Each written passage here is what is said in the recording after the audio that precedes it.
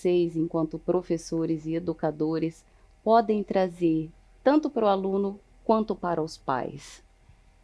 Eu acho que a primeira coisa que tem que se pensar assim em ambiente escolar é tanto os professores, né, quanto a gestão escolar terem uma linha de aproximação da família no que diz respeito à rotina da escola mesmo, né?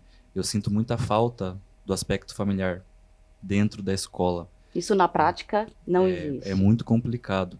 E, assim, são das diversas tentativas que são feitas para tentar aproximar a família, né? Sejam em reuniões, sejam em momentos de dinâmicas, sejam em feiras de ciência ou algo do tipo, tentar aproximar o pai para que eles entendam o contexto em que o aluno vive ali, né? E também para que os pais se conheçam, porque eu sinto muita falta desse aspecto de comunidade na escola mesmo, né?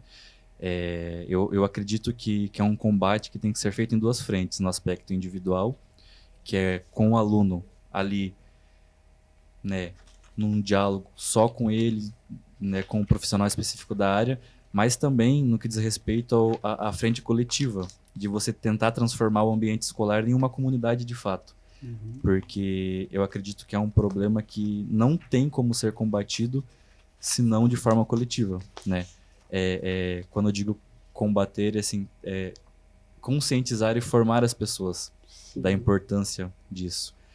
E, sem sombra de dúvidas, como eu já disse, a presença de um profissional da área mesmo no ambiente Para escolar. fazer essa mediação, Exatamente, para né? mediar. Vocês devem encontrar muita resistência, então, por parte das famílias, Muito. Não só na questão do bullying, né, mas em outros aspectos também. nessa socialização, nessa Exatamente. convivência. Eu penso que trazer a importância da escola enquanto comunidade de novo, assim, né?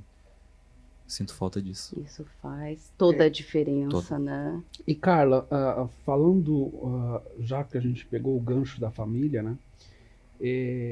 Como que as famílias podem abordar esse tema com os filhos, né? De que forma mais clara os pais podem conversar com os filhos a respeito do bullying, né? Porque, obviamente, esse filho vai ser chamado, a família vai ser chamada, enfim, tanto para o abusado como o abusador. E como que, qual que é a forma com que os pais podem falar e Sem abordar? simplesmente punir, né? Porque punir acho que é a Simplesmente. parte mais fácil. Vai ficar de Exatamente. castigo. Pronto. E não vai resolver. Eu acho que é um pouco disso que a gente estava falando, né?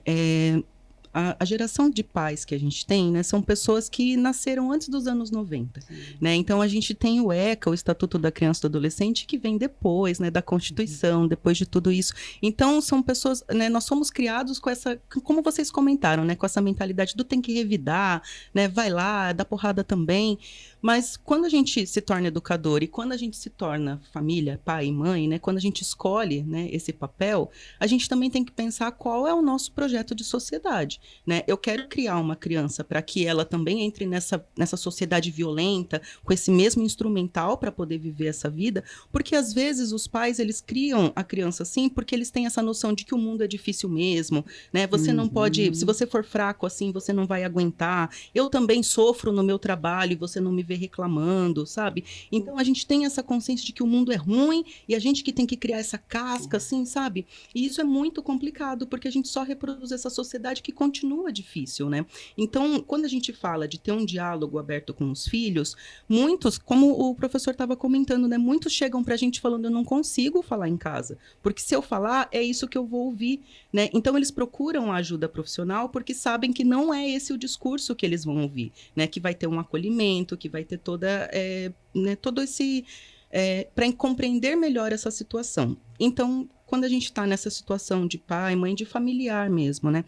Então, esse primeiro lugar, esse diálogo aberto. Então, você ser essa pessoa com quem a criança e adolescente quer conversar, né? Porque muitas vezes nós não somos essa pessoa, né? Então, ter esse espaço do diálogo, criar a criança e o adolescente com empatia. Então, ele saber se colocar no lugar do outro, ele entender a dificuldade que as pessoas vivenciam e valorizar o respeito. Porque muitas vezes a gente, não, faz do seu jeito, não tem que ligar para ninguém mesmo, sabe? Porque o mundo é individualista mesmo, então você tem que ser assim.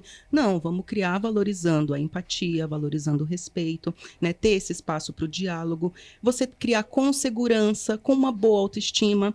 Parece até surpreendente, mas muitas vezes essa questão da autoestima, ela já é minada dentro de casa, sabe? Então é você olhar para o seu filho assim, você não se esforça o suficiente, você que devia estudar mais, tá vendo? Você também não faz nada, né? Então crescer, ouvindo dos seus pais, né? Você, né, dessa sensação de insuficiência, que depois quando você vai para a escola acaba sendo reforçada por alguém, você fala, tá vendo, é isso. É isso, Né? isso Eu é realmente real, né? sou péssimo, sabe? Então, é entender Verdade. que esse tipo de fala que a gente tem em casa destrói também a autoestima, sabe? Daquela criança e adolescente.